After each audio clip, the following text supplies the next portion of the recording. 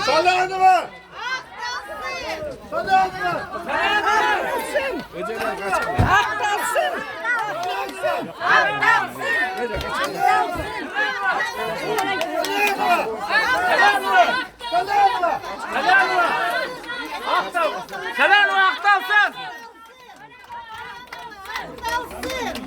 Hem Uğur uzayında, hem ayıp da, kudaya kadar yakmaydı.